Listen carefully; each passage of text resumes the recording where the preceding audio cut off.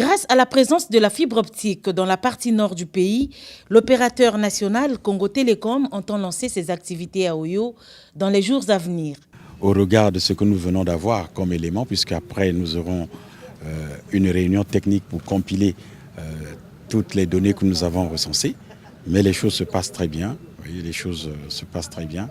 La liaison fonctionne très bien et je pense que d'ici là, l'opérateur public pourra lancer la mise en service de ce tronçon Brazzaville-Owando. Il faut d'abord que nous repartions sur Brazzaville et à partir de ce moment-là, on va penser, on va planifier le lancement commercial.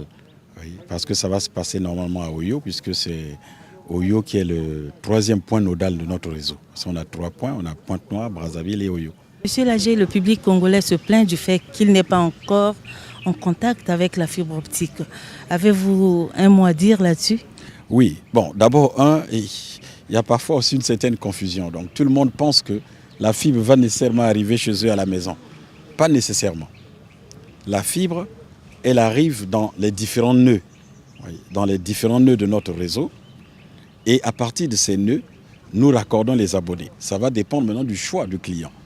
S'il a un peu plus de moyens, il peut prendre la fibre jusqu'à la maison. Et s'il a besoin aussi d'une grande capacité. Oui. Deuxièmement, s'il n'a pas trop de moyens, il peut prendre la terminaison cuivre, qui donne les mêmes résultats avec cette terminaison cuivre. Il a aussi le téléphone, l'Internet et la télévision, comme avec la fibre. Donc de ce côté-là, ça sera le choix du Congolais, ce qu'on appelle le dernier kilomètre. Dans le cadre du PCN, après Owando, vous entendez mettre le cap sur quelle localité? Sur Ouesso. Et actuellement, il y a d'ailleurs mes équipes qui sont déjà là-bas, parce que le câble est arrivé.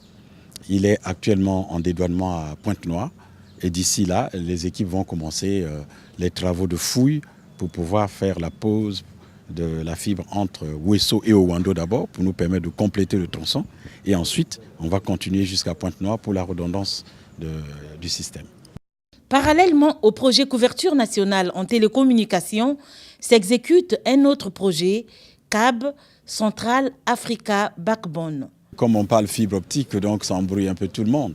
En réalité, le projet de couverture nationale que nous menons à travers le ministère justement de l'aménagement du territoire et de la délégation générale aux grands travaux, du ministre, de son Excellence, Monsieur le ministre Jean-Jacques Bouya, ce projet consiste à mailler notre pays des infrastructures haut débit, donc à mettre la fibre optique qui part de Pointe-Noire jusqu'à Ouesso et avec les différentes bretelles, une distribution sur l'ensemble du pays, dans tous les départements et ensuite dans tous les chefs-lieux de district. Ça, c'est le projet de couverture nationale. Le projet CAB consiste tout simplement à raccorder, à faire l'interconnexion entre notre pays et les pays de la CEMAC, donc particulièrement les pays frontaliers avec nous, que sont le Gabon, le Cameroun, la RCA, la RDC, l'Angola, etc.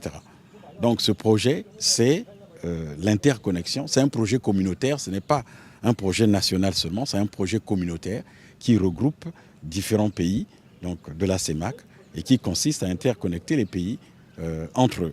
Donc ça n'a rien à voir avec vraiment le projet de couverture nationale. Cependant, ces tronçons, cette interconnexion est prévue également d'être faite en fibre optique. Voilà pourquoi ça crée une sorte de confusion. Là-bas, on parle fibre optique, ici, on parle fibre optique. La différence, c'est celle-là. Cofinancé par la République du Congo et la Banque mondiale, le projet CAB vise l'interconnexion des réseaux des pays d'Afrique centrale. Le développement de l'Afrique en général, du Congo en particulier, et l'épanouissement de ces peuples dépendent, cela va sans dire, de la qualité des équipements des infrastructures auxquelles les approches de solutions ont été longuement évoquées au cours du forum Bulle d'Africa, dont la première édition a eu lieu les 7 et 6 février dernier à Brazzaville.